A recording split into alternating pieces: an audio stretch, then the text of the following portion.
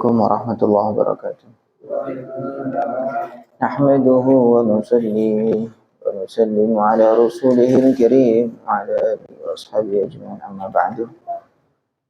Alhamdulillah jamaah salat maghrib yang dimuliakan Allah. Kita duduk sebentar memperpanjang i'tikaf kita. Kita ngaji qasidah burdah. Qasidah atau syair-syair yang isinya nasihat-nasihat dan juga pujian-pujian kepada baginda Nabi Muhammad sallallahu alaihi wasallam.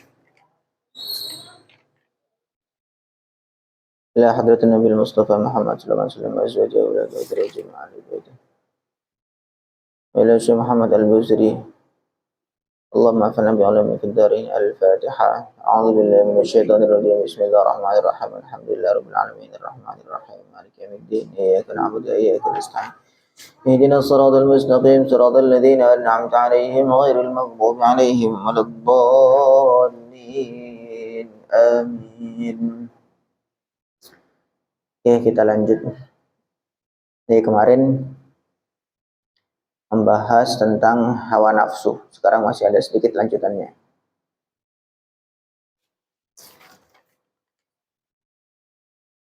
واخشى الدسائس من جوع ومن شبع فربما أخماصة شر من التخم واستفرغ الدمع من عين قد امتلأت من المحارم والزم حمية الندم وخالف النفس والشيطان واعصيهما وإنهما محضك النسح فاتهم ولا تطع منهما خصما ولا حكما فأنت تعرف كيد الخصم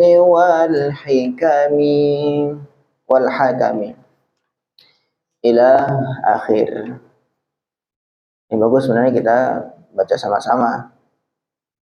Bismillahirrahmanirrahim. Wakhsha, dan takutlah kamu ad-dasaisa. Dasaisa itu apa namanya? Tipu daya, ya. Tipu daya min ju'in, dari lapar, dari rasa lapar, wa min syaba'i, dan dari rasa kenyang.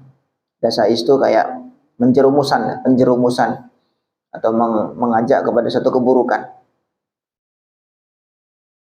Jadi rasa lapar dan juga rasa kenyang itu di antara efeknya itu memaksa atau mengajak kepada keburukan. Farubba mahmasatin, maka banyak rasa lapar, syarrun, lebih bahaya, minat tukhami, dari rasa kenyang, maksudnya kekenyangan.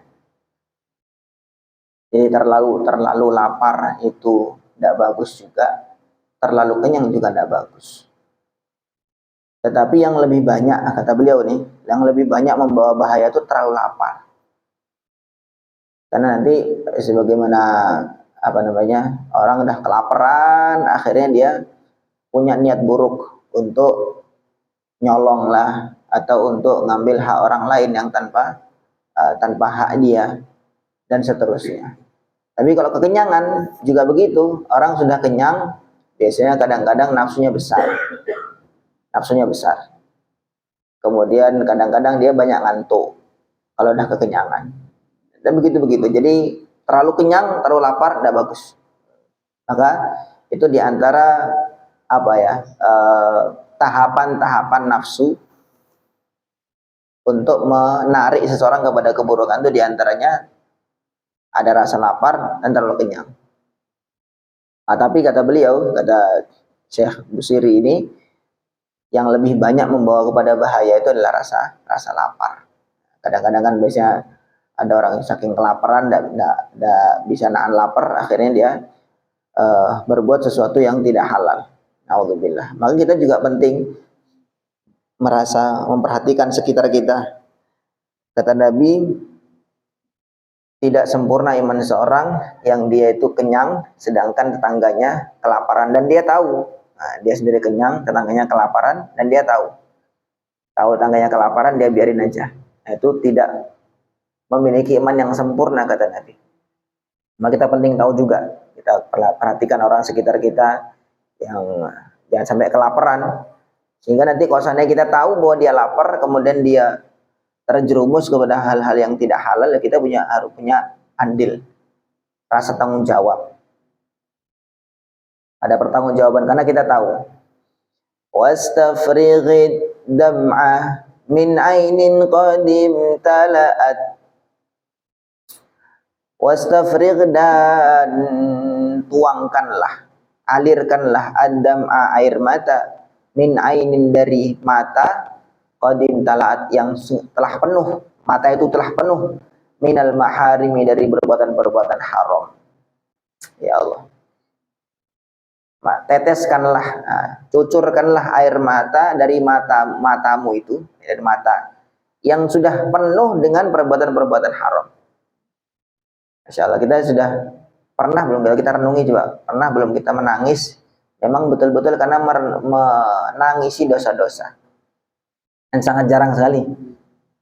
Maka penting sekali ini kita sesekali mungkin ya perlu ada waktu-waktu sendiri, malam-malam, waktu tahajud, tidak ada yang tahu, hanya hubungan seorang hamba dengan Allah, dengan Tuhan saja. Nah, kemudian air mata menetes. Itu diantara termasuk golongan-golongan yang diselamatkan oleh Allah dari huru-hara hari kiamat. Kata Nabi dalam sebuah hadis, sab'atun yudhilluhumullahu fi dhillihi yauma la dhilla illa dhilluh. Ada 7 kelompok, ada 7 golongan. Nanti ketika di padang mahsyar semua pada kepanasan, tetapi ada 7 golongan, 7 kelompok yang dinaungi oleh Allah dengan naungan Allah khusus. Yang mana di situ nggak ada naungan apapun kecuali naungannya Allah. Kalau kita di dunia ini kan neduh di masjid, neduh di bawah pohon, ada naungan-naungan. Nanti ketika di padang mahsyar nggak ada naungan sama sekali, hanya Allah yang punya naungan. Nah, yang dinaungi oleh Allah diantaranya adalah 7 golongan ini. Diantaranya dari 7 itu man zakarallaha khaliyan fa fadat aina. Orang warajulun, dan orang zakarallaha yang dia ingat kepada Allah khalian dalam kondisi sepi, nggak ada orang, nggak ada yang tahu. Fafadat ainahu, kemudian air matanya mengalir, air matanya menetes. Nah, betul-betul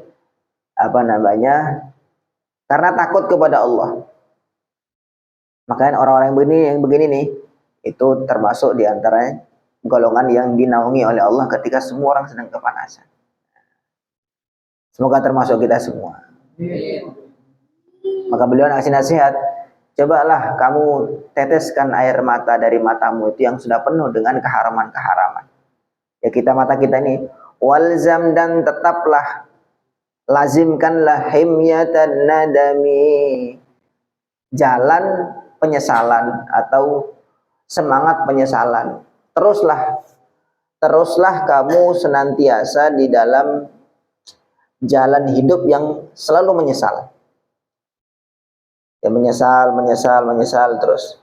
Karena memang manusia itu tempatnya lupa dan salah. Mesti dalam setiap hari itu mesti ada lupa dan salah. Nah, maka kita penting ada waktu untuk menyesali perbuatan-perbuatan yang sudah kita buat itu. Wa khalifin nafsa wa syaitana wa'sihima.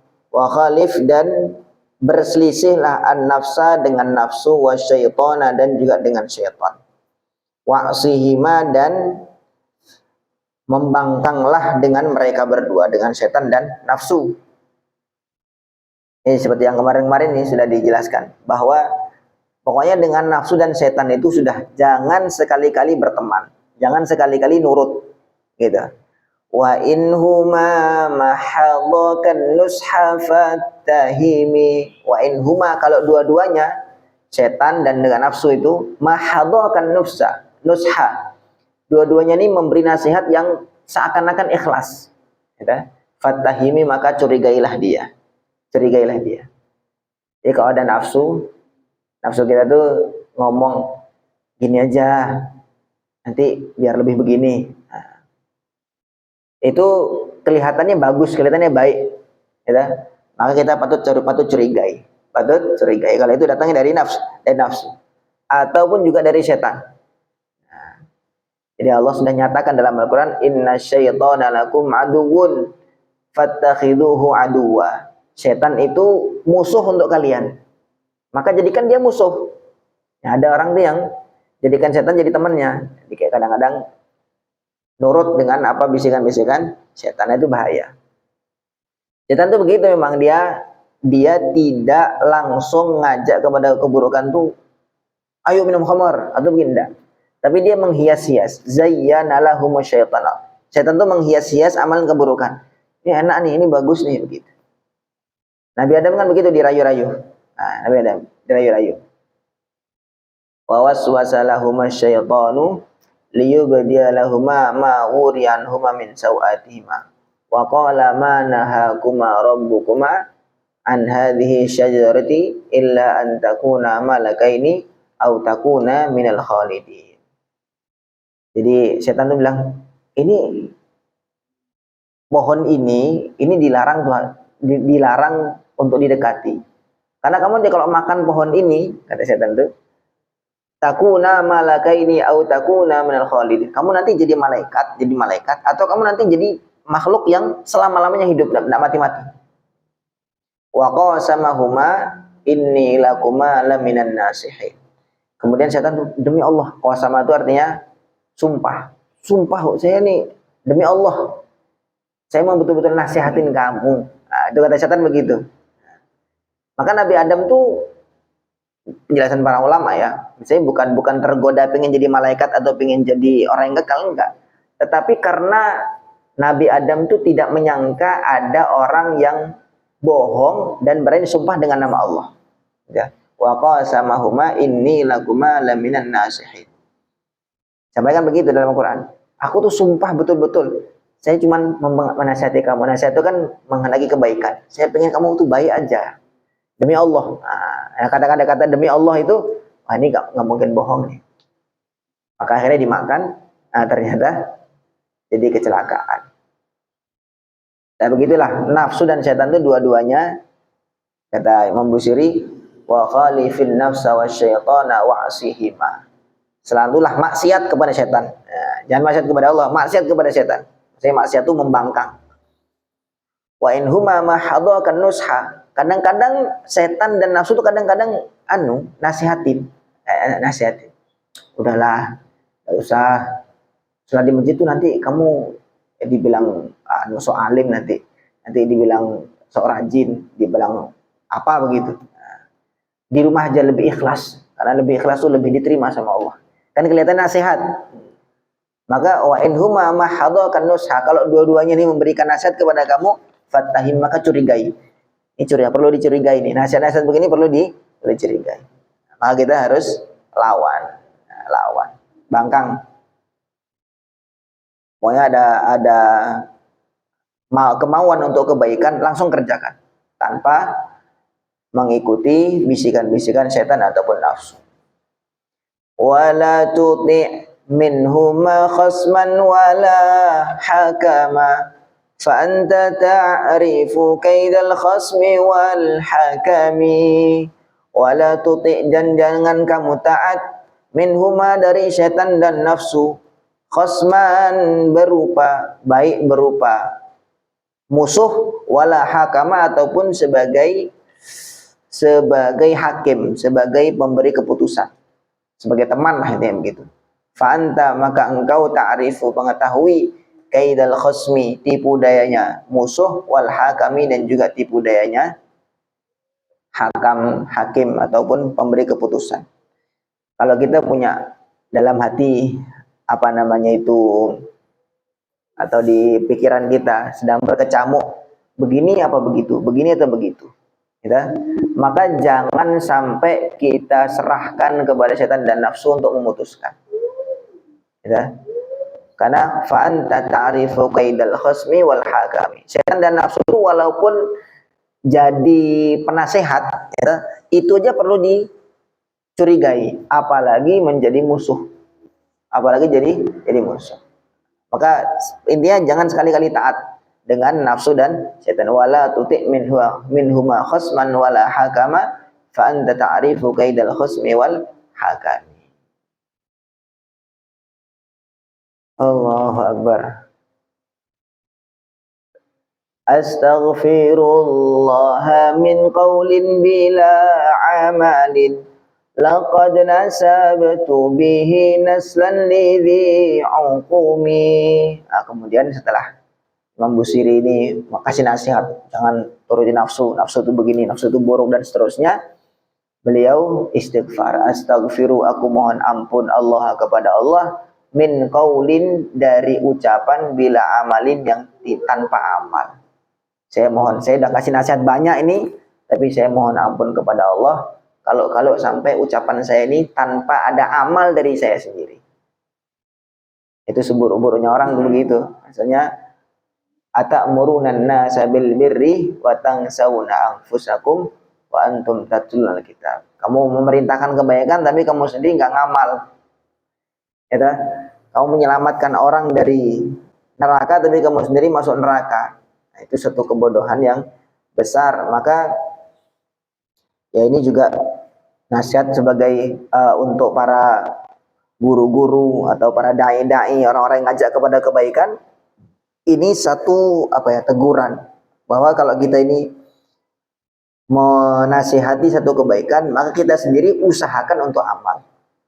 Tapi ini bukan berarti kalau kita belum amal kita tidak usah menasihati kebaikan, salah. Gitu. Wah, saya aja sendiri belum sholat, ngapain saya nyuruh sholat? Keliru. Nah, kalau apapun itu kebaikan kita ucapkan walaupun belum mampu untuk mengerjakan. Gitu. Jadi jangan sampai saya sendiri belum mampu istiqomah, masa saya mau nasihati istiqomah? Loh, bukan begitu. Tetapi kita sampaikan nasihat untuk istiqomah dan kita sendiri mengusahakan diri sendiri untuk istiqomah. Nanti kalau orang nunggu semua baik, saya sendiri belum baik, masa ngajak orang jadi baik? Nggak ada orang ngajak semua, nggak ada orang ngajak kebaikan akhirnya. Karena semua ada yang baik 100%. Masa nunggu jadi nabi semua? Dan nggak ada nabi, atau nunggu jadi malaikat yang nggak ada orang dakwah. Tapi sikap kita sampaikan kebaikan dan kita sendiri kita niatkan untuk amal kebaikan tersebut. Jadi jangan sampai kadang-kadang bagi orang yang malas untuk dakwah, malas untuk ngajak kebaikan begitu. Saya sendiri belum rajin kok. Saya sendiri belum bisa baca Quran, masa saya nyuruh orang ngaji. Ya gitu. Nah, itu keliru. Aja orang baca Quran, aja orang untuk ngaji walaupun kita sendiri belum bisa baca, dan kita sendiri kita motivasi, kita usahakan diri sendiri untuk bisa baca Quran. Dan kita mohon ampun kepada Allah. Astagfirullah, saya ini ngajak-ngajak orang kebaikan tapi saya sendiri belum bisa amal gitu. Ini tawaduknya beliau, tentu beliau sudah amal betul. Ini Imam Busiri. Dia mengatakan astagfirullah, saya mohon ampun kepada Allah dari ucapan-ucapan atau nasihat-nasihat yang tanpa ada amal dari diri saya. Laqad nasabtu bihi naslan lidhi uqumi. Laqad nasabtu, sungguh aku telah nisbatkan atau aku hubungkan bihi dengan ucapan tanpa amal tadi, lidhi uqumi, terhadap orang yang naslan, keturunan, lidhi uqumi, terhadap orang yang mandul. Orang yang ngasih nasihat tapi dia sendiri nggak ngamal, gitu. Nasihat, ayo kita istiqomah, ayo kita kebaikan, kita semangati begini, ramaikan masjid dan seterusnya, tapi dia sendiri nggak ngamal, itu seperti orang mandul, seperti orang mandul. Jadi dia tidak punya apa-apa, gitu, tidak punya apa-apa. Ya Allah.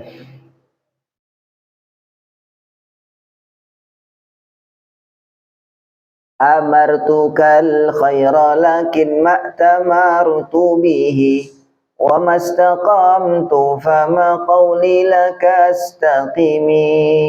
Amartuka, aku perintahkan kepada engkau, al khaira kebaikan, lakin ma'tamartu bihi tetapi aku sendiri tidak mengerjakan kebaikan itu. Ini bentuk tawaduk beliau, rendah hati beliau.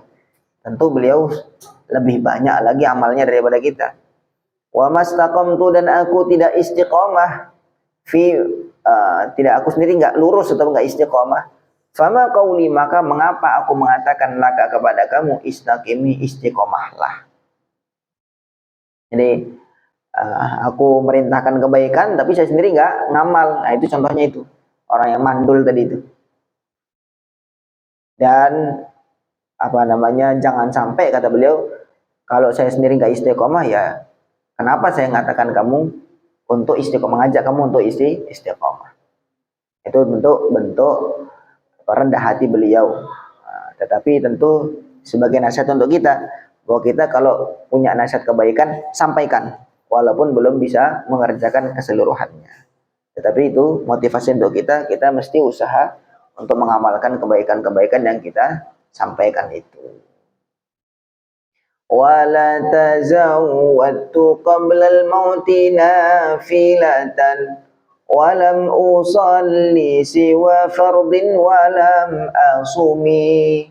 Wala tazawwadtu dan aku tidak berbekal qabla al-mauti sebelum mati nafilatan amal-amal sunnah atau amal-amal yang lebih daripada dari fardu. Amal fardu itu kan modal utama, itu nafilahnya itu amal-amal sunnahnya itu sebagai bonus gitu. Salat fardu maghrib isya selama waktu itu modal utamanya. Kemudian salat rawatibnya, salat sunnahnya itu bonusnya. Nah, saya sekarang nih ya lagi bentuk tawaduknya beliau lagi-lagi. Saya ini loh cuman ngamalin yang fardu aja. Walam usalli dan aku enggak salat siwa fardin kecuali yang fardu saja. Walam asumi dan juga saya tidak puasa kecuali yang fardu saja. Ya gambaran kita lah umumnya. Tetapi ini standar selamat, ya, standar selamat. Orang kalau hanya ngamalkan yang fardu saja, insya Allah selamat. Selamat. Nah, tapi kalau mau lebih, ya amal-amal yang sunnah. Insya Allah. Ini akhir bab yang menjelaskan tentang nafsu. Pada intinya, nafsu itu sifatnya diantaranya adalah ammaratun bisu, senantiasa mengajak kepada keburukan. Lalu sikap kita bagaimana? Nah, seperti nasihat beliau, wala tuti minhuma khosman wala hakama. Jangan sekali-kali taat kepada nafsu dan setan. Nafsu dan setan itu dua-duanya musuh, ya kita usahakan jadi musuh. Namanya musuh tuh ya mesti setiap apapun itu ada niat untuk mencelakakan kita. Ya kita tahu lah misalnya kadang musuh ngasih minuman, silakan minum, padahal ada racunnya kan gitu. Kasih makanan, kasih hadiah, kelihatannya begitu, kelihatannya bagus tapi ada racun yang siap membunuh kita di situ. Nah, kurang lebih nafsu dan setan begitu. Dalam amal-amal begitu juga kita mau amal sudahlah. Tidak usah terlalu begini, tidak usah terlalu begitu. Biasa-biasa saja. Biasa-biasa aja. Itu kelihatannya sehat, tetapi justru malah ngempesi kita, mengendorkan kita dari taat kepada Allah. Wallahu a'lam. Semoga menjadi nasihat untuk kita, menjadi tambah kebaikan untuk kita semuanya. Oke, kita akhiri. Assalamualaikum warahmatullahi wabarakatuh.